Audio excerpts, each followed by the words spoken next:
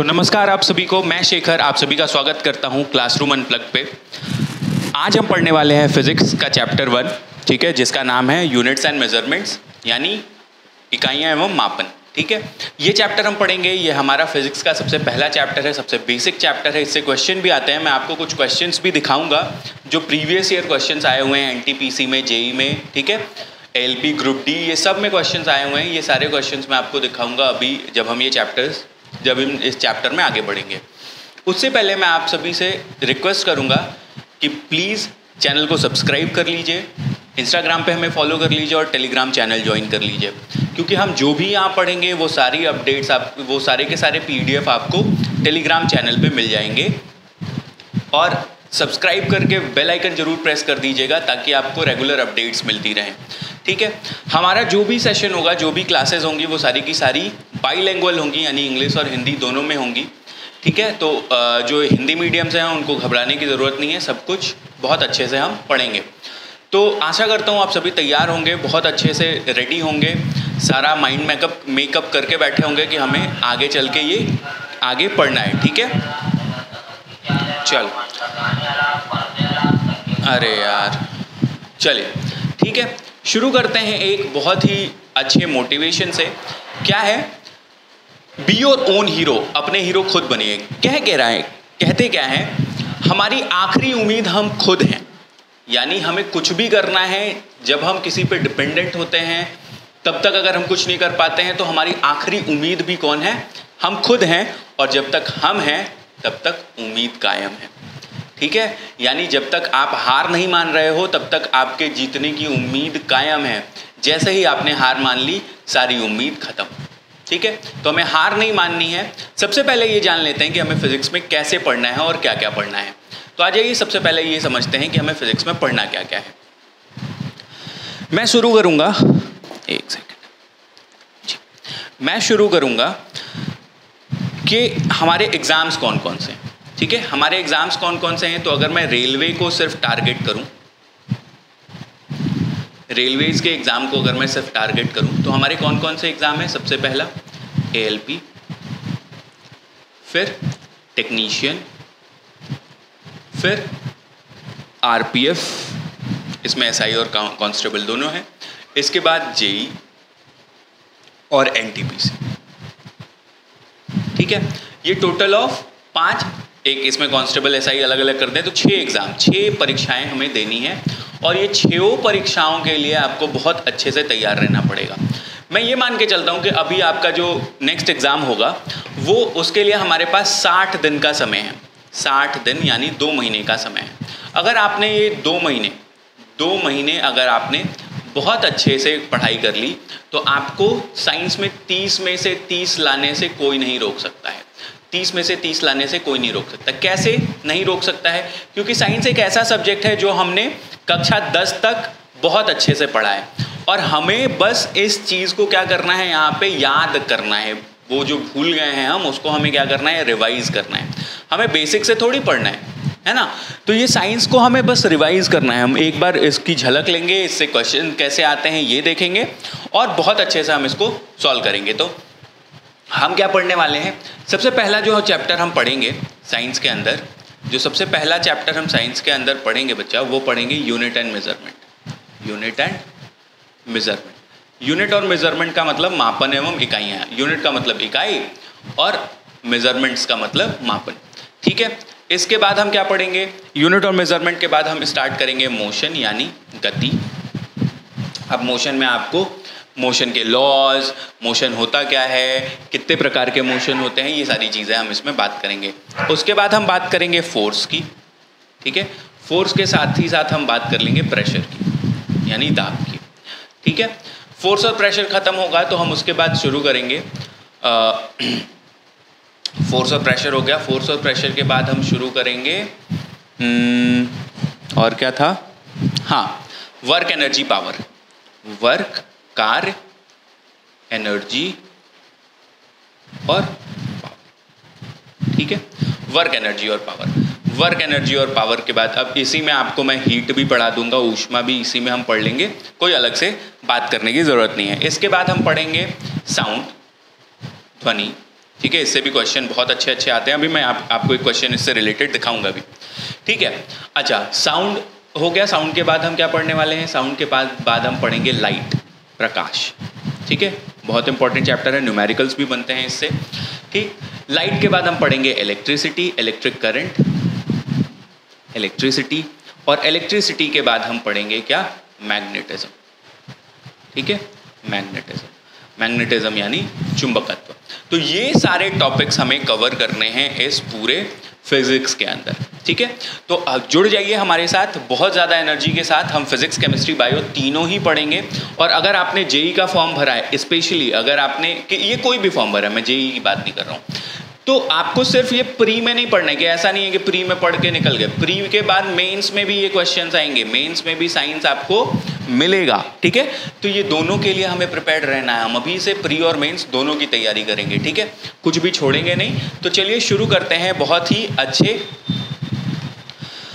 Mind के साथ, बहुत ही एनर्जी के साथ, ठीक है। चलिए, तो सबसे पहली चीज़ हम क्या पढ़ने वाले हैं? हम पढ़ने वाले हैं यूनिट्स एंड मेजरमेंट, यानी इकाइयाँ एवं मापन, ठीक है। सबसे पहली ये हमारी पहली क्लास है। अब इकाइयाँ होती क्या हैं? तो इकाइयाँ देखो, इकाई का मतलब क्या होता है? एक, ठीक है। अब यहाँ पे फिजिक्स में इकाइयाँ यानी यूनिट्स का क्या मतलब है? तो देखते हैं यूनिट्स क्या होती हैं। यूनिट्स एक ऐसी किसी भी भौतिक मात्रा को मापने के लिए जो हम मानक चुनते हैं, उसको हम क्या कहते हैं? इकाई कहते हैं। जैसे कोई भी भौतिक मात्रा, अगर मैं आपसे बात करूं, तो कोई भी भौतिक मात्रा की अगर मैं बात करूं, तो सबसे बेसिक भौतिक मात्रा हमारी क्या होती है? लेंथ होती है, ठीक है। क्या होता है? लेंथ होता है। अब ये लेंथ को आप क्या कहते हो? लंबाई कहते हो। क्या कहते हो? लंबाई कहते हो। तो ये जो लेंथ है, ये जो लंबाई है, ये लंबाई को हम मापते कैसे हैं? तो इस लंबाई को अब हम कैसे मापते हो? तो आप कोई डिवाइस, कोई चीज़ यूज़ करते हो। जैसे मान लो हम इंची टेप यूज़ कर रहे हैं, हम इसको मेजरिंग टेप कहते हैं, मेजरिंग टेप यूज़ करते हैं, ठीक है। आप स्केल भी कह सकते हो। तो मेजरिंग टेप यूज़ करते हैं। अब इस मेजरिंग टेप का उपयोग करके, यूज़ करके हम किसी की लंबाई नापते हैं। मान लेते हैं कि आपके पास कोई लकड़ी है, ये मान लो आपके पास कोई लकड़ी है, और इस लकड़ी की लंबाई आपको मापनी है यहाँ से लेकर यहाँ तक। आपने स्केल इस पर रखा, मापा, तो यहाँ से यहाँ पे 0 है, और यहाँ से स्टार्ट किया, तो यहाँ तक आते आते आपकी जो वैल्यू आई वो आई 3, ठीक है। तो 0 से 3 तक गए, कितना मतलब किस में गए? कैसे पता कि ये आपने लंबाई नापी? तो आप इसको क्या लिखोगे? 3। लकड़ी की लंबाई कितनी है? 3 मीटर। क्या है? लकड़ी की लंबाई कितनी है? 3 मीटर। जैसे ही इसके साथ ये इकाई जुड़ी, ये मीटर जुड़ा, तो हमें क्या पता चल गया? हम किसकी बात कर रहे हैं? हम लंबाई की बात कर रहे हैं, हम दूरी की बात कर रहे हैं। हम किसकी बात कर रहे हैं?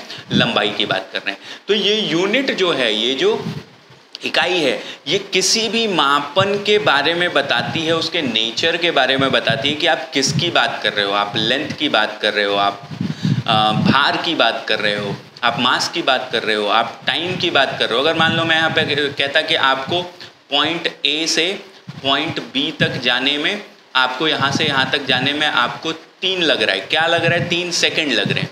3 सेकंड लग रहे हैं। तो जैसे ही मैंने इसके साथ सेकंड जोड़ा, हमें क्या पता चल गया कि हम किसकी बात कर रहे हैं? हम समय की बात कर रहे हैं, हम टाइम की बात कर रहे हैं। समझ में आ रही है बात? तो इकाई क्या है? यूनिट क्या है? किसी भी भौतिक मात्रा को मापने के लिए चुने गए मानक को हम इकाई कहते हैं, ठीक है। अगर इंग्लिश मीडियम के आप स्टूडेंट हैं, तो एक ऐसा चूजन स्टैंडर्ड जिसको हम यूज़ करते हैं किसी भी फिजिकल क्वांटिटी को मेज़र करने के लिए, ठीक है। किसी भी फिजिकल क्वांटिटी को मेज़र करने के लिए कोई जो भी हम फिजिकल स्टैंडर्ड चूज़ करते हैं, उसी को आप क्या कहते हो बच्चा? यूनिट कहते हो। समझ में आ गई बात? तो ये हो गया हमारा यूनिट। अब यूनिट तो समझ में आ गई, इकाई तो समझ में आ गई। दूसरी चीज़ क्या है? दूसरी चीज़ है हमारी मेज़रमेंट, ठीक है। मेज़रमेंट का मतलब क्या होता है? मेज़रमेंट का मतलब होता है मापन।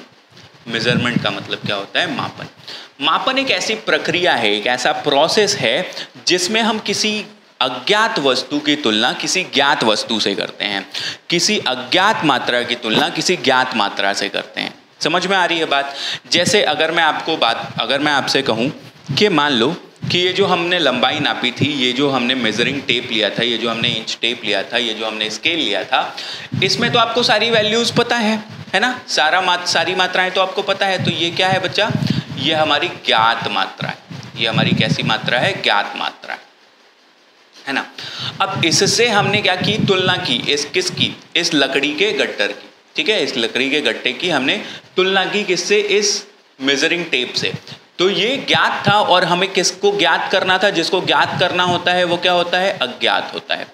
तो किसी भी अज्ञात मात्रा की तुलना किसी ज्ञात मात्रा से या किसी भी अज्ञात वस्तु की तुलना जब हम किसी ज्ञात वस्तु से करते हैं तो उसी प्रक्रिया को, उसी प्रोसेस को हम क्या कहते हैं बच्चा, मेजरमेंट या फिर मापन कहते हैं। समझ में आया? तो मापन क्या है, मेजरमेंट क्या है, comparison of an unknown quantity with a known quantity. किसी भी अज्ञात राशि की ज्ञात राशि या ज्ञात मात्रा से तुलना करने की प्रक्रिया को हम क्या कहते हैं, मापन कहते हैं। ठीक है, समझ में आ रही है बात? तो ये हो गया हमारा यूनिट और मेजरमेंट। ठीक, आशा करता हूँ कि आपको ये सारी चीजें समझ में आ रही होंगी। आगे बढ़ते हैं।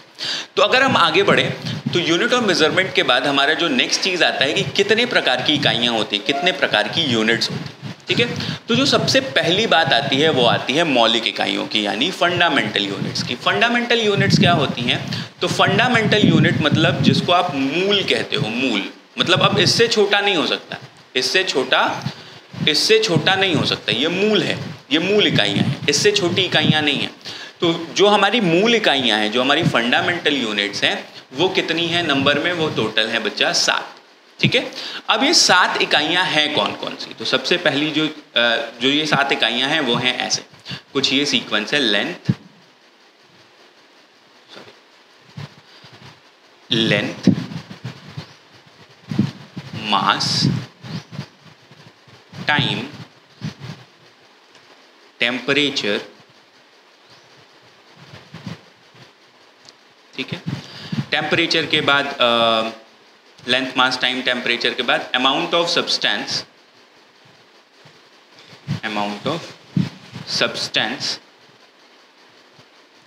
ठीक है, अमाउंट ऑफ सब्सटेंस के बाद क्या आता है हमारा? आता है इलेक्ट्रिक करंट,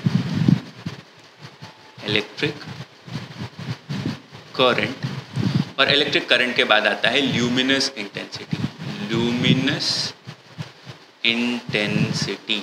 ठीक है, अब जो हिंदी मीडियम वाले छात्र हैं वो कह रहे होंगे कि क्या भैया, क्या बबुआ तू बेवकूफ़ बना रहे हैं आप हमको। हाँ, कह रहे हैं कि हम पढ़ाएंगे हिंदी में भी और पढ़ा रहे हैं केवल इंग्लिश में। नहीं, तो लेंथ को हम क्या कहते हैं? लंबाई, है ना। मास को क्या कहते हैं? भार। ठीक है, टाइम को क्या कहते हैं? समय। टेम्परेचर को कहते हैं तापमान। अमाउंट ऑफ सब्सटेंस को पदार्थ की मात्रा,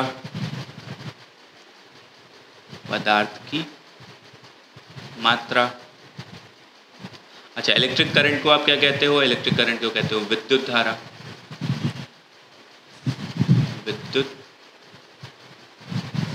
धारा। लुमिनस इंटेंसिटी को प्रकाश का वेग,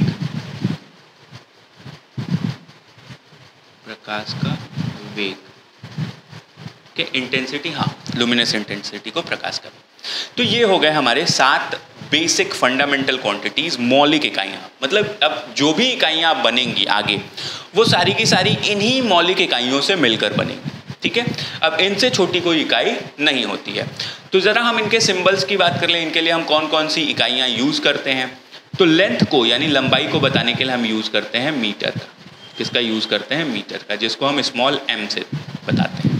मास को यूज़ करने के बताने के लिए हम किलोग्राम यूज़ करते हैं, किलोग्राम, और इसके लिए हम kg यूज़ करते हैं। टाइम यानी समय को हम सेकंड में दर्शाते हैं, सेकंड्स में। ठीक है, इसके लिए हम स्मॉल s यूज़ करते हैं। टेम्परेचर के लिए हम यूज़ करते हैं केल्विन। ठीक है, केल्विन को हम कैपिटल K से, देखो यहाँ पे ये स्मॉल k स्मॉल g है। ठीक है, ये कैपिटल K है। अमाउंट ऑफ सब्सटेंस को हम बताते हैं मोल में। ठीक है, और इसको दर्शाने के लिए MOL लिखते हैं।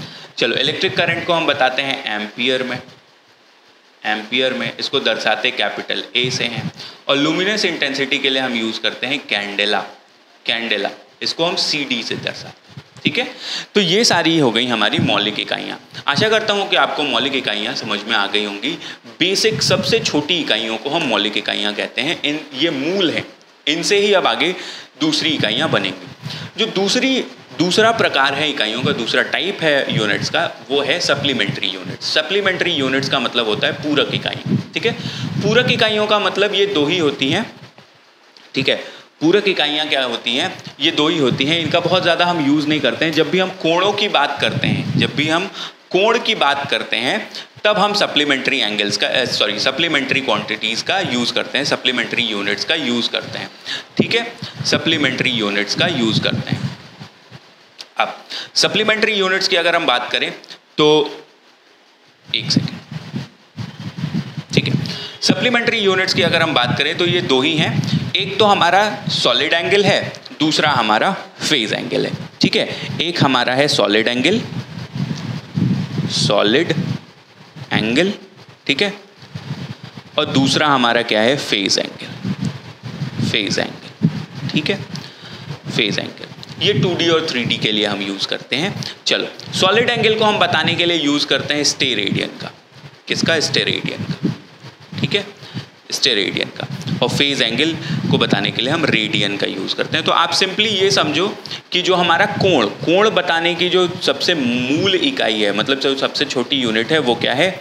रेडियन। आप इसमें रेडियन का यूज़ करते हो। जो ये कोण बताते हैं हम और ये सारी चीज़ें डिग्रीज में बताते हैं, वो उसकी यूनिट नहीं है। हम उनको किस में बताते हैं?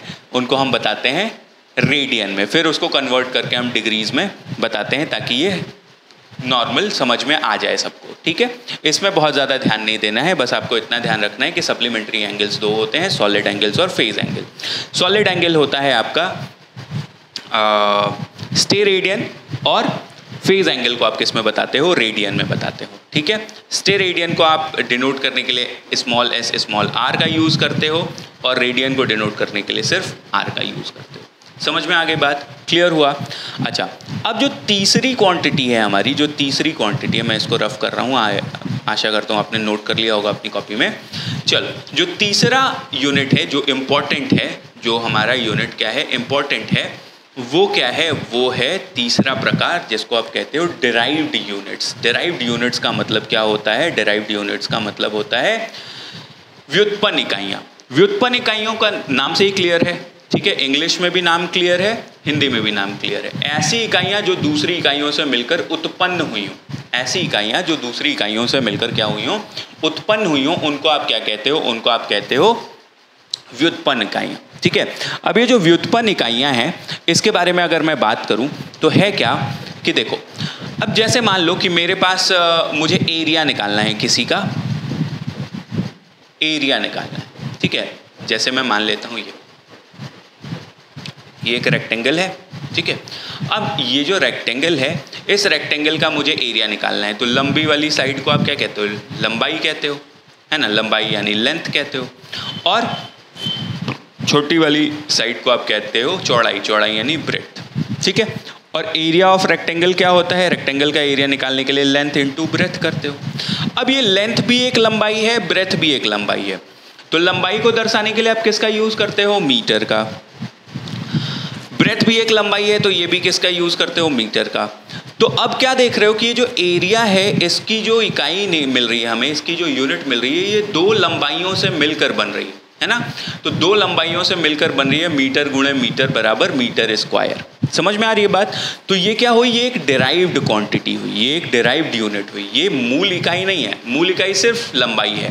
ठीक है, अब अगर आप लंबाई को 3 बार गुणा करते हो तो आप क्या निकाल पाओगे? उसका वॉल्यूम निकाल पाओगे। आप क्या निकाल पाओगे? वॉल्यूम निकाल पाओगे। जैसे हम क्या करते हैं, हमारे पास एक क्यूबॉइड है, ठीक है, माचिस का डिब्बा समझ लो। ठीक है, अब ऐसा ही तो होता है, वो ऐसा ही तो होता है। अब इसका अगर आपको वॉल्यूम निकालना है तो क्या करोगे? लंबाई गुणे चौड़ाई गुणे ऊंचाई, है ना? लंबाई गुणे चौड़ाई गुणे ऊंचाई। ये हो गया लंबाई, ये हो गया चौड़ाई, ये हो गया ऊंचाई। तो लंबाई गुणे चौड़ाई गुणे ऊंचाई। अब लंबाई भी लंबाई है, चौड़ाई भी भाई कोई लंबाई है, कोई दूरी है, ऊंचाई भी कोई दूरी है। तो इसको भी आप क्या करोगे? मीटर गुणे मीटर गुणे मीटर। 3 बार मीटर को गुणा किया तो मीटर क्यूब आया। तो वॉल्यूम की यूनिट हमें क्या मिल गई? मीटर क्यूब मिल गई। समझ में आ रही है बात? तो इस तरीके से ये डिराइव्ड यूनिट्स हैं। इसके अलावा अगर मैं आपको डिराइव्ड यूनिट्स का और एग्जाम्पल दूं, तो डिराइव्ड यूनिट्स के और एग्जाम्पल की बात अगर आप कर लो तो देखो, फोर्स, बल को आप कैसे लिखते हो? मास इनटू एक्सेलरेशन, है ना? मास क्या होता है? मास को हम रिप्रेजेंट करने के लिए केजी का यूज करते हैं, और एक्सेलरेशन को रिप्रेजेंट करने के लिए हम मीटर पर सेकेंड स्क्वायर लगाते हैं, ठीक है। तो ये क्या हो गया, ये देखो ये फोर्स इन्हीं यूनिट से, लेंथ भी यूज हुआ, मास भी यूज हुआ, समय भी यूज हुआ, तो इन तीन से मिलकर ये बना केजी मीटर पर सेकेंड स्क्वायर, ठीक है। और इसी को आप क्या कहते हो, इसी को आप न्यूटन, एक बार में क्या कह देते हो, न्यूटन कह देते हो, ठीक है। तो फोर्स की यूनिट क्या होती है, न्यूटन होती है, और वो किसके बराबर होती है, केजी मीटर पर सेकेंड स्क्वायर के बराबर होती है। समझ में आ रही है। तो डिराइव्ड क्वांटिटी समझ में आ गई। तो आशा करता हूँ आपने फंडामेंटल क्वांटिटीज नोट कर ली होंगी, 7 होती हैं। सप्लीमेंट्री यूनिट्स नोट कर ली होंगी, 2 ही होती हैं, एक सॉलिड एंगल, दूसरा फेज एंगल। सॉलिड एंगल को स्टेरेडियन में बताते हैं, फेज एंगल को रेडियन में बताते हैं। डिराइव्ड यूनिट्स क्या होती हैं, ऐसी सारी इकाइयाँ, ऐसी सारी यूनिट्स जो मौलिक इकाइयों से मिलकर बनी हो, ठीक है। तो मौलिक इकाइयों से मिलकर बनने वाली यूनिट्स को आप क्या कहते हैं, डिराइव्ड यूनिट्स कहते हैं, व्युत्पन्न इकाइयाँ कहते हैं, ठीक है। समझ में आ गया, इतनी चीज़ें क्लियर हुई। चलो अब आगे बात करते हैं कि ये जो यूनिट्स हैं ये आई कहाँ से, ये जो यूनिट्स हैं इनको मापने का तरीका हमें मिला कहाँ से, ठीक है। तो अलग अलग सिस्टम्स बने, अलग अलग समय पे अलग अलग सिस्टम बने यूनिट्स को बताने के लिए, ठीक है। अलग अलग लोगों ने अलग अलग सिस्टम बनाए। अब जैसे मान लो कि जब मुझे नहीं पता है कि लंबाई को हम मीटर में नापेंगे, तो मैं क्या करूँगा, लंबाई को मेरे हिसाब से नापूंगा, एक धागा ले लूँगा, उससे नाप लूँगा, मैं अपने उंगलियों से नाप लूँगा, मैं अपने हाथ से नाप लूँगा। लेकिन जब भी मैं धागा लूँगा, कोई उंगली से नापूंगा, हाथ से नापूंगा, तो हर किसी के हाथ बराबर नहीं होते हैं, हर किसी की उंगलियां बराबर नहीं होती हैं, तो हर बार वो वैल्यू क्या होगी, अलग अलग आएगी। समझ में आ रही है बात। तो आज ये समझते हैं कि ये क्या है, फंडामेंटल यूनिट्स क्या होती हैं, ठीक है। Let's talk about this. तो सॉरी, फंडामेंटल यूनिट मैं कह रहा हूँ, सिस्टम ऑफ यूनिट्स क्या होते हैं, ठीक है। ये जो सिस्टम ऑफ यूनिट्स हैं, सबसे पहला सिस्टम जो आता है वो आता है हमारा सीजीएस सिस्टम। सीजीएस सिस्टम का मतलब क्या होता है, सीजीएस सिस्टम का मतलब होता है, सीजीएस सिस्टम का मतलब होता है, सी का मतलब होता है सेंटीमीटर, लंबाई को हम किस में बताएंगे, सेंटीमीटर में, ठीक है। आपको मास को, आप भार को किस में बताओगे, ग्राम में, और समय को किस में बताओगे, सेकेंड्स में, ठीक है। तो ऐसा अगर सिस्टम है कि लंबाई सेंटीमीटर में, भार ग्राम में और समय सेकंड में दिया हुआ है, तो उसको आप कौन सा सिस्टम कहोगे, सीजीएस सिस्टम कहोगे। दूसरा जो सिस्टम आता है वो आता है आपका एमकेएस सिस्टम, मतलब लंबाई को मीटर में, भार को किलोग्राम में और समय को सेकेंड्स में, ठीक है। अच्छा, अगला जो है, जो तीसरा प्रकार है वो क्या है, तीसरा सिस्टम ऑफ यूनिट है एफपीएस। दूरी को फुट में, भार को पाउंड्स में और समय को सेकेंड्स में, ठीक है। तो इस तरीके से ये 3 सिस्टम्स बने, लेकिन तीनों सिस्टम में आप देख रहे हो अलग अलग बातें की गई हैं, अलग अलग जगहों पे अलग अलग बातें। अब मान लो कि किसी को नहीं पता है, वो एक ही टाइप के सिस्टम को जानता है, तो वो दूसरी जगह जाएगा तो उसको दिक्कत होगी। तो इसके लिए क्या हुआ, इसके लिए हमने क्या किया, एक पूरा इंटरनेशनल सिस्टम बनाया कि ये हर जगह मान्य होगा, हर जगह एप्लीकेबल होगा, ठीक है। तो आज यही समझते हैं कि वो क्या है। तो इसको आप क्या कहते हैं, एसआई सिस्टम कहते हैं। इसको आप क्या कहते हैं, एसआई सिस्टम कहते हैं। इसमें जो मैंने आपको बताया, फंडामेंटल यूनिट्स, लेंथ, मास, टाइम, टेम्परेचर, ये इसी की देन है, ठीक है। लेंथ को हम किस में मापेंगे,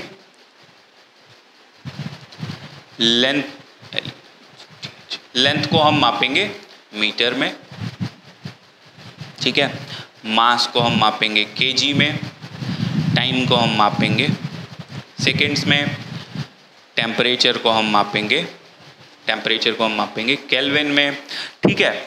इसके अलावा जो नेक्स्ट था वो क्या था, अमाउंट ऑफ सब्सटेंस, ठीक है, पदार्थ की मात्रा, अमाउंट ऑफ सब्सटेंस, ठीक है, इसको हम मापेंगे मोल में, ठीक है। इसके अलावा इलेक्ट्रिक करंट को हम मापेंगे, एम्पियर में, ठीक है। और इलेक्ट्रिक करंट के अलावा लास्ट क्या था, ल्यूमिनस इंटेंसिटी,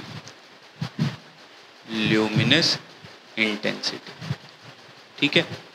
तो ल्यूमिनस इंटेंसिटी को हम मापते हैं कैंडेला CD, ठीक है। तो ये क्या है, ये एसआई सिस्टम है, और इसी का यूज़ करके हम सारी यूनिट्स की बात करते हैं। तो यहाँ तक था आप किसके बारे में हमने जाना, यूनिट के बारे में जाना, मेजरमेंट के बारे में जाना, यूनिट के कितने प्रकार होते हैं ये जाना, और सिस्टम ऑफ यूनिट्स कितनी हैं, तो 4 सिस्टम ऑफ यूनिट हैं, CGS, MKS, FPS और SI सिस्टम। SI सिस्टम को हम अभी यूज़ करते हैं, ठीक है। तो चलिए इतनी बात हो गई, अगली बात समझते हैं। अगली चीज़ क्या है? अगली चीज़ है हमारी राशियाँ, ठीक है। तो देखो कोई भी अगर क्वांटिटी, अगर आप यूनिट की बात कर रहे हो, अगर आप मेजरमेंट की बात कर रहे हो, तो आप किसकी बात करोगे कि वो जो राशि है, वो जो यूनिट है, वो जो क्वांटिटी है, वो कैसी है, वो दिशाहीन है या दिशा के साथ है, ठीक है। तो जो हमारी क्वांटिटीज होती है ये 2 तरीके की होती है, एक स्केलर, दूसरी वेक्टर। एक अदिश राशि, दूसरी सदिश राशि। नाम से ही क्लियर हो रहा है अदिश, अदिश जिसमें दिशा ना हो, ठीक है। तो ऐसी सारी क्वांटिटीज, ऐसी सारी राशियां जिसमें सिर्फ मैग्नीट्यूड हो, जिसमें सिर्फ उनका मान हो, है ना, यानी वैल्यू हो, मैग्नीट्यूड हो, लेकिन मैग्नीट्यूड हो, ठीक है, और दिशा ना हो, यानी डायरेक्शन की बात ना की जा रही हो, उसमें डायरेक्शन आपको ज्ञात ना हो, डायरेक्शन आपको ज्ञात ना हो, तो ऐसी सारी राशियों को आप क्या कहते हैं? स्केलर क्वांटिटी कहते हैं। जैसे सबसे पहली बात मैं करता हूं दूरी की। किसकी? दूरी की। दूरी यानी डिस्टेंस की। डिस्टेंस की मैं कहता हूं 2 किलोमीटर, मैं कहता हूं 5 किलोमीटर, मैं कहता हूं 7 किलोमीटर, मैं कहता हूं 9 किलोमीटर। तो ये जो भी बातें मैं कर रहा हूँ, ये जो भी बातें मैं कर रहा हूँ, ये सारा क्या है? 5 किलोमीटर, 7 किलोमीटर, 9 किलोमीटर, 2 किलोमीटर, ये सारी दूरियां हैं। लेकिन किधर किधर? मैं कहता हूँ आपको 2 किलोमीटर जाना है, तो आपका अगला क्वेश्चन मेरे से क्या होगा कि भैया किधर जाना है ना? 2 किलोमीटर कहीं भी तो नहीं चले जाओगे, हाँ। तो जब आपने बात की कि उसका सिर्फ मान है, उसका क्या है? सिर्फ मान है, मैग्नीट्यूड है, उसका कोई भी दिशा नहीं है, तो उसको आप क्या कहोगे? अदिश राशि कहोगे। जैसे स्पीड, चाल, है ना। तो स्पीड का मान क्या होता है? स्पीड को आप कैसे कैलकुलेट करते हो? डिस्टेंस अपॉन टाइम, दूरी बटा समय, डिस्टेंस अपॉन टाइम, दूरी बटा समय। तो दूरी बटा समय, दूरी आपको पता है 2 किलोमीटर, और समय मान लो आपको लगा 2 घंटा, तो आपका क्या आया? 1 किलोमीटर प्रति घंटा। ये तो आ गया, लेकिन दिशा मिली क्या? किस दिशा में 1 किलोमीटर प्रति घंटा से आप जा रहे हो? नहीं। तो ऐसी सारी राशियां जिसमें सिर्फ मान हो, डायरेक्शन ना हो, दिशा का कोई पता ना हो, तो वैसी सारी राशियों को आप क्या कहोगे? स्केलर क्वांटिटीज कहोगे। वैसी सारी राशियों को आप अदिश राशियां कहोगे, ठीक है। वेक्टर क्वांटिटीज क्या होती हैं? तो वेक्टर क्वांटिटीज मतलब ऐसी सारी राशियां जिसमें मैग्नीट्यूड यानी मान तो हो, उसके साथ साथ डायरेक्शन की भी बात की जा रही हो, उसके साथ साथ किसकी बात की जा रही हो? डायरेक्शन की भी बात की जा रही हो। जैसे मैं आपसे कहता हूँ 2 किलोमीटर आपको जाना है, 2 किलोमीटर आपको जाना है नॉर्थ डायरेक्शन में। तो अब आपने 2 किलोमीटर किधर आप गए? नॉर्थ डायरेक्शन में। तो यहाँ पे आपको मान भी पता है, दिशा भी पता है। मैं आपसे कह रहा हूँ कि आपको जाना है A से B तक, तो यहाँ से यहाँ तक कोई दूरी होगी, मान लेते हैं x मीटर है ना। और भाई A से B तक जाओगे तो किसी डायरेक्शन में जाओगे ना, ऐसा थोड़ी किसी भी डायरेक्शन में चले जाओगे तो B तक पहुंच जाओगे, नहीं। A से B तक जाने के लिए आपको एक दिशा चाहिए होगी। तो जब आप दिशा के सापेक्ष में जाओगे, तो जब किसी भी क्वांटिटी, किसी भी राशि का मान, उसके साथ साथ उसकी दिशा भी पता हो, तो वैसी सारी क्वांटिटीज को आप क्या कहते हो? वेक्टर क्वांटिटीज कहते हो। जैसे फॉर एग्जाम्पल अगर मैं बात करूं तो क्या होता है, हाँ ठीक है, फोर्स, बल, है ना, फोर्स, बल। मान लो ये एक वस्तु है और वस्तु पे आपने बल लगाया, तो ये बल लगाने की वजह से ये वस्तु किधर जाएगी? पीछे, ऊपर, नीचे?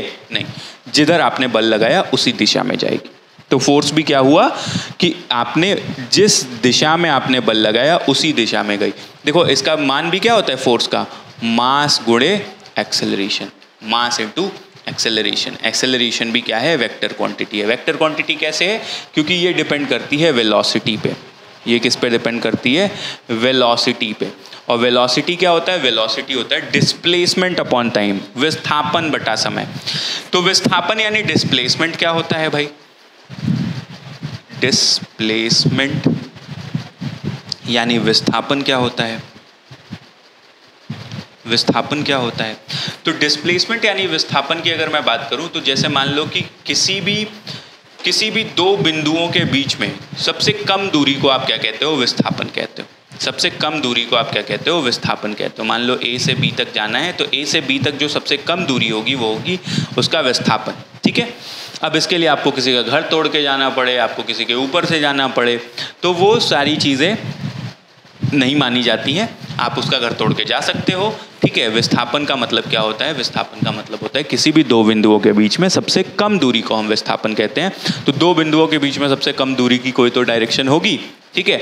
और वेलोसिटी क्या होती है? विस्थापन बटा समय। तो जब विस्थापन पे ही वेलोसिटी डिपेंड कर रही है और विस्थापन की वैल्यू भी है, डायरेक्शन भी है, तो आपको वेलोसिटी की भी डायरेक्शन होगी, है ना। तो वेलोसिटी भी क्या हुई?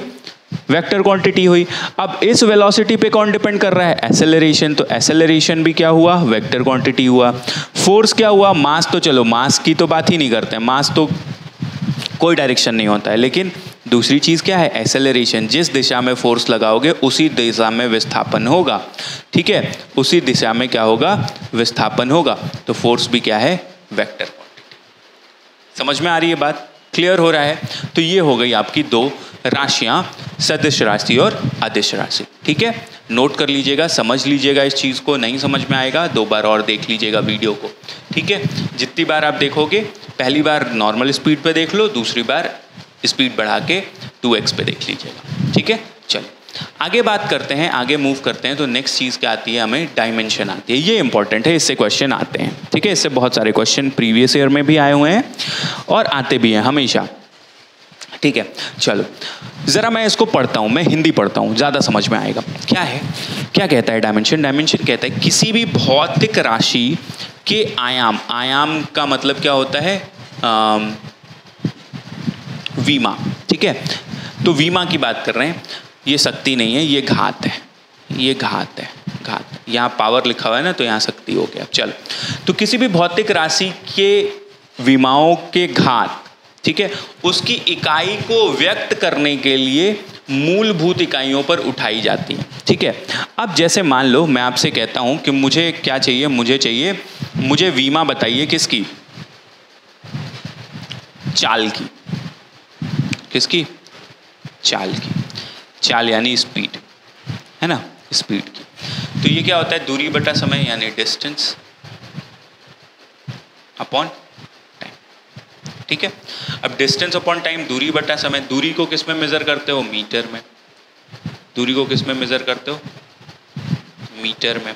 और मीटर किसकी यूनिट होती है? लेंथ की, लेंथ की। समय को किस में मेजर करते हो? सेकंड्स में। सेकंड्स किसकी यूनिट होती है? टाइम की, है ना। तो यहाँ क्या है?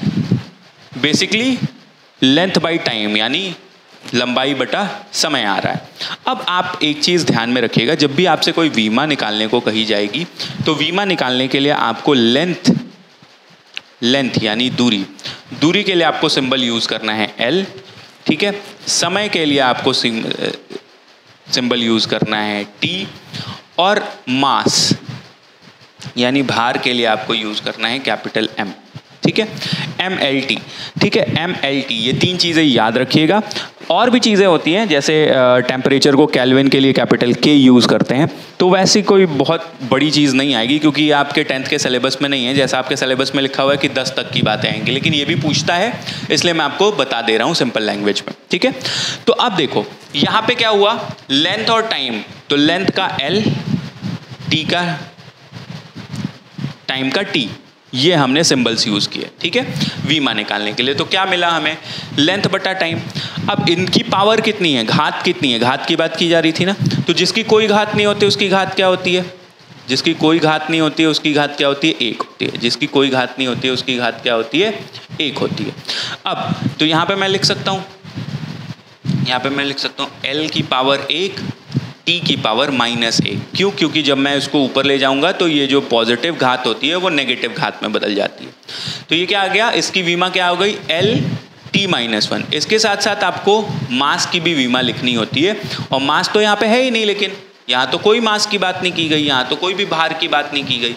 तो जिस चीज़ की बात नहीं की जाएगी उस पे हम घात कितनी रख देंगे, 0, क्योंकि किसी की भी घात x की घात 0 का मान होता है 1, तो m की घात 0 का मान क्या होगा, 1, है ना। तो ये तो वैल्यू ऐसे ही 1 हो गई, मतलब सिंपली ये l की पावर 1 t की पावर -1 है, ठीक है। लेकिन आपको मास भी वहाँ पे बताना होता है, तो इस तरीके से आप क्या लिखोगे, m0 l1 t -1, ठीक है। इस तरीके से आप इसको, इसकी घात, इसकी वीमा लिख सकते हो। अब जैसे मैं आपको एक और एग्जांपल दे देता हूँ, एक एग्जांपल है फोर्स का, एक एग्जांपल है किसका, अरे क्या हो रहा है भाई,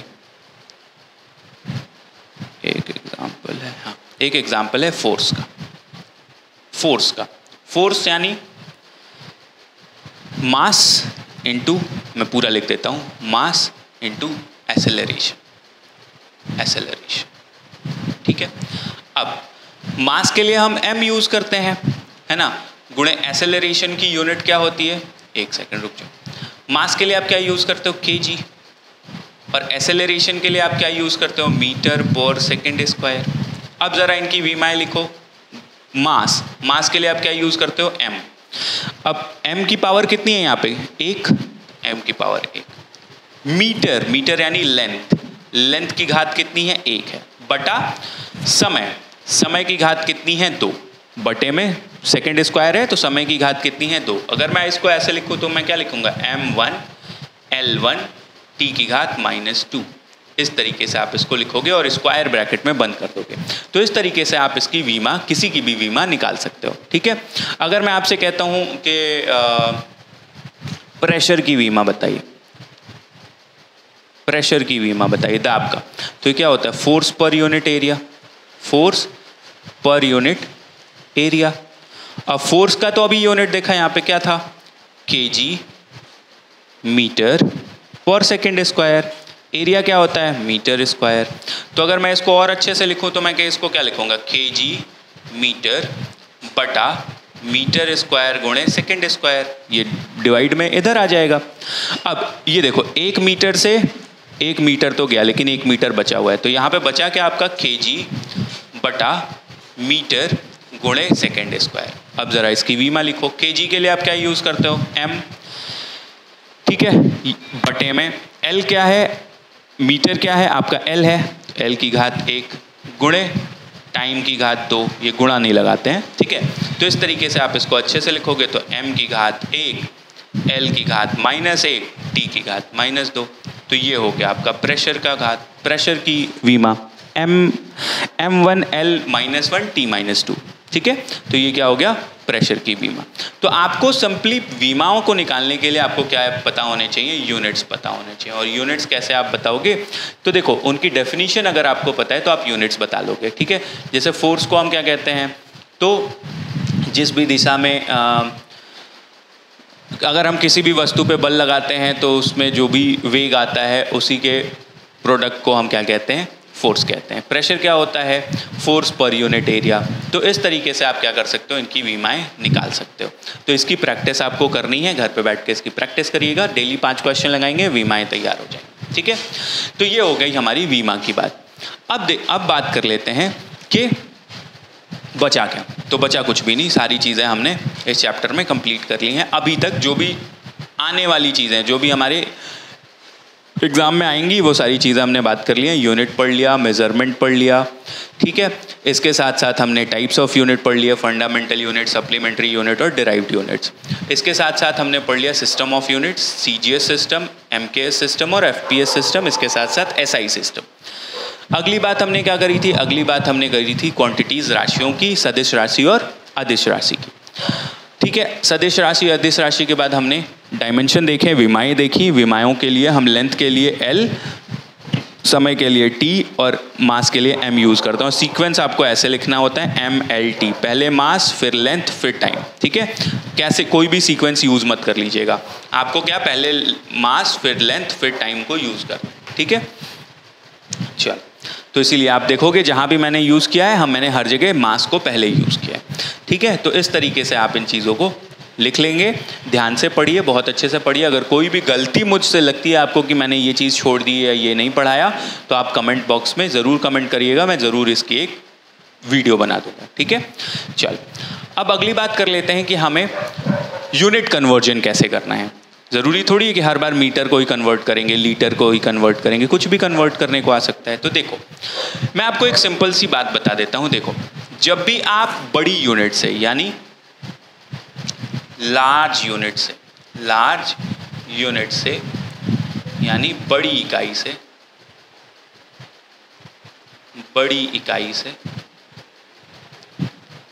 ठीक है, बड़ी इकाई से छोटी इकाई में जाओगे, स्मॉल यूनिट्स में जाओगे, तो आपको क्या करना है, गुणा करना है, मल्टीप्लाई करना है, ठीक है, उसमें वैल्यूज को मल्टीप्लाई करना है, जितना भी उनका अंतर है, ठीक है। अच्छा, जब भी आप छोटी यूनिट से स्मॉल यूनिट से बड़ी यूनिट में जाओगे, लार्ज यूनिट में जाओगे, ठीक है, तो आप क्या करोगे, वहाँ पे डिवाइड करोगे, वहाँ पे क्या करोगे, उनके डिफरेंस से डिवाइड करोगे। अभी मैं आपको समझा देता हूँ। जैसे मान लो कि मेरे पास ये टेबल है, ठीक है, इसको आप नोट कर लीजिएगा, ठीक है, इस टेबल को आप अच्छे से नोट कर लीजिएगा। देखो है क्या, जैसे मान लो कि मुझे क्या करना है, मुझे डेका मीटर से यानी ये छोटी क्वांटिटी से किस में जाना है, किलो में जाना है, ठीक है। तो डेका से किलो में जाने के लिए मुझे क्या करना पड़ेगा, जो भी वैल्यू है, लेट सपोज मुझे दो डेका से दो में से किलो को कन्वर्ट करना है, मतलब इसको किस में कन्वर्ट करना है, किलो में कन्वर्ट करना है। तो कितने का अंतर है, यहाँ पे 10 की घात 3 है, यहाँ पे 10 की घात 1 है, कितने का अंतर है, 2 का अंतर है। कितने का अंतर है, 2 का अंतर है। 2 का अंतर होने का मतलब क्या होगा कि मुझे 2, ठीक है, और छोटी क्वांटिटी से कहाँ जा रहा हूँ मैं, बड़ी क्वांटिटी में। छोटी क्वांटिटी से बड़ी क्वांटिटी में जाने के लिए मुझे क्या करना पड़ेगा, डिवाइड करना पड़ेगा, यानी 10 की घात 2 से मुझे डिवाइड, जितने का अंतर होगा घातों में, उतनी ही घात से आपको उसको डिवाइड या मल्टीप्लाई करना है। तो यहाँ पे क्या हो जाएगा, 2/100 मतलब 0.02 किलो। समझ में आ रही है बात, 0.02 किलो। अच्छा, अगर मान लो कि मुझे डेका से कहाँ जाना होता, डेका से जाना होता किस में, सेंटी में। डेका से मुझे किस में जाना होता, सेंटी में जाना होता। तो डेका से सेंटी में जाने के लिए मान लो मुझे 3 डेका को सेंटी में कन्वर्ट करना है, मुझे 3 डेका को किस में कन्वर्ट करना है, सेंटी में कन्वर्ट करना है। तो 3 डेका से सेंटी में जाने के लिए 3, अब बड़ी क्वांटिटी से छोटी क्वांटिटी में जाने के लिए क्या कर रहे हैं, हम मल्टीप्लाई कर रहे हैं। यहाँ पे क्या है 1, यहाँ पे क्या है 1, और यहाँ पे क्या है 2, है ना। तो 1 से 2 में किसका अंतर है, कितने का अंतर है, कितने का अंतर है, हाँ जी, बहुत अच्छे। 1 से 2 में हमारा कितने का अंतर है, हमारा है 1 का अंतर। तो 10 से गुणा करिए, यानी 30 सेंटीमीटर हमारी वैल्यू आ जाएगी। 3 डेका सेंटीमीटर में 3 डेका मीटर में 30 सेंटीमीटर वैल्यू आ जाएगी। समझ में आया, तो उनके अंतर से आपको गुणा करना है, ठीक है, समझ में आया, क्लियर हुआ। अब मान लो कि आपकी जो वैल्यू है वो 1 है, 1 यानी ये डेका नहीं, ये 10 नहीं, 1 है। मान लो मेरी 1 मीटर होती, ठीक है, 1 मीटर होती, और 1 मीटर को मुझे कन्वर्ट करना होता, 1 मीटर को मुझे कन्वर्ट करना होता माइक्रोमीटर। 1 मीटर को मुझे कन्वर्ट करना होता किस में, माइक्रोमीटर में। तो मैं क्या करता, 1 गुणे, ठीक है, कितना, 6, तो 10 की घात 6 माइक्रोमीटर हो जाता, ठीक है। अब 1 माइक्रोमीटर से मुझे मीटर में जाना होता, तो मैं क्या कर लेता, इसमें 10 की घात -6 से गुणा कर देता, ठीक है। तो माइक्रोमीटर से मीटर में जाने के लिए 10 की घात -6 से गुणा, और मीटर से माइक्रोमीटर में आने के लिए 10 की घात 6 से गुणा। बेसिकली ये डिवाइड ही है, 10 की घात 6 से डिवाइड हो रहा है। तो छोटी क्वांटिटी से बड़ी क्वांटिटी में जाओगे तो डिवाइड ही करेंगे, है ना। तो छोटी क्वांटिटी से बड़ी क्वांटिटी में डिवाइड, और बड़ी क्वांटिटी से छोटी क्वांटिटी में मल्टीप्लाई। क्लियर, समझ में आ गया। तो ये चीज़ें ध्यान में रखिएगा, और ये हो गया आपका यूनिट और मेजरमेंट का कॉन्सेप्ट खत्म, ठीक है। तो आशा करता हूँ आपको बहुत अच्छे से समझ में आया होगा। कुछ क्वेश्चंस कर लेते हैं फिर। खत्म करते हैं, ठीक है। सबसे पहला जो क्वेश्चन है वो आता है, क्या कहता है, Newton is the unit to measure. अभी बताया था किसका यूनिट होता है, किसका यूनिट होता है, फोर्स का यूनिट होता है। बहुत अच्छे। और ये कब का क्वेश्चन है, ये क्वेश्चन आया हुआ है आरआरबी एनटीपीसी 2021 में, जो 2021 में पेपर हुआ था, ठीक है। चलो अगला क्वेश्चन क्या कह रहा है, the SI unit of sound wave frequency was named in the honour of which physicist. किस फिजिसिस्ट के नाम पे हमने वेव फ्रीक्वेंसी का यूनिट रखा, ठीक है। ये भी देखो, ये भी 2021 में आया हुआ है। तो किसके नाम पे रखा था, तो फ्रीक्वेंसी की यूनिट होती है हर्ट्ज। क्या यूनिट होती है, हर्ट्ज यूनिट होती है। तो किसके नाम पे रखा हुआ था, हेनरिक रॉडल्फ हर्ट्ज के नाम पे, ठीक है। चलो अगला क्वेश्चन क्या कह रहा है, अगला क्वेश्चन कह रहा है, ये पूरा आपको डेफिनेशन दिया हुआ है वर्क का, है ना, कार्य का डेफिनेशन दिया हुआ है। Work done by a force acting on an object is equal to the amount of force multiplied by the distance travelled in the direction of force. Basically work क्या होता है, वर्क होता है फोर्स इनटू डिस्प्लेसमेंट, फोर्स बल गुणे विस्थापन, ठीक है, बल गुणे विस्थापन, ठीक है, फोर्स इनटू डिस्प्लेसमेंट। अब फोर्स इनटू डिस्प्लेसमेंट, फोर्स की यूनिट क्या होती है, तो फोर्स की यूनिट होती है केजी मीटर पर सेकेंड स्क्वायर। विस्थापन क्या होता है, मीटर। तो मीटर गुणे मीटर, मैं इसको थोड़ा अच्छे से लिख दूं, केजी मीटर बटा सेकेंड स्क्वायर गुणे मीटर। तो मीटर गुणे मीटर, मीटर स्क्वायर। तो ये हो जाएगा आपका, इसको स्क्वायर कर लो यार, ठीक है। तो हो जाएगा केजी मीटर पर सेकेंड, केजी मीटर स्क्वायर पर सेकेंड स्क्वायर। अच्छा, ये वर्क की यूनिट होगी, ये भी वर्क की यूनिट होगी क्योंकि इसको न्यूटन कहते हैं। जूल भी वर्क की यूनिट होती है। तो ये वर्क की ये तीनों यूनिट होती है। कौन सी नहीं है, तो ये वाली नहीं है, यहाँ पे केजी मीटर स्क्वायर होना चाहिए था। चलो, which of the following quantity has the SI unit as candela. अभी बताया था 7 फंडामेंटल यूनिट्स, है ना, मौलिक इकाइयाँ, मूल इकाइयाँ। लुमिनस इंटेंसिटी को हम कैंडेला में रिप्रेजेंट करते हैं। समझ में आ गया। चल अगला question, unit of power is, power को किस में बताते हो, तो जूल तो वर्क डन या energy, Newton force, pascal pressure, ठीक है। जूल क्या होता है, वर्क या फिर एनर्जी, ठीक है। न्यूटन फोर्स बल, पास्कल प्रेशर यानी दाब, है ना। तो बचा क्या, वॉट। वॉट किसकी यूनिट होती है, पावर की।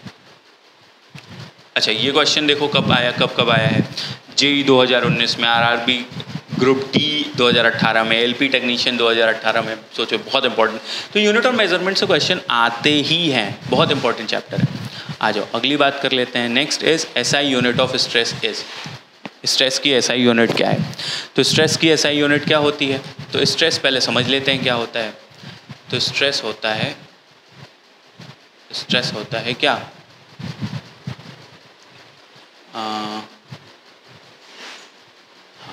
स्ट्रेस होता है फोर्स पर यूनिट एरिया, ठीक है, प्रेशर और स्ट्रेस, ठीक है।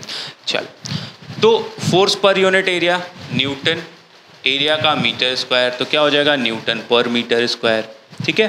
तो क्या हो जाएगा, न्यूटन पर मीटर स्क्वायर। चल, लाइट ईयर, ईयर मतलब समय को दर्शा रहा होगा, है ना।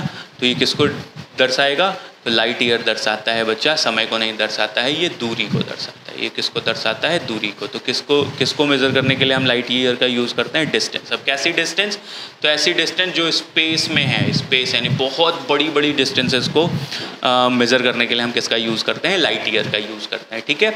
चल, तो डिस्टेंस को बताने के लिए हम किसका यूज़ करते हैं, लाइट ईयर का यूज़ करते हैं, लार्ज डिस्टेंसेस, ठीक है, टाइम मोशन स्पीड को नहीं। अच्छा, अगला जो क्वेश्चन है वो है sound pollution is measured in. Sound pollution को आप किस में मेजर करते हो, तो साउंड को मेजर करते हो, देखो जूल को मेजर करते हो, जूल से आप मेजर करते हो, अभी बताया था वर्क या फिर एनर्जी, तो ये नोट करते जाइएगा। एम्पियर आप किसके लिए यूज़ करते हो, basic fundamental quantities, electric current, ELEC, electric current, ठीक है, इलेक्ट्रिक करंट। ओम किसका यूज होता है, रेजिस्टेंस,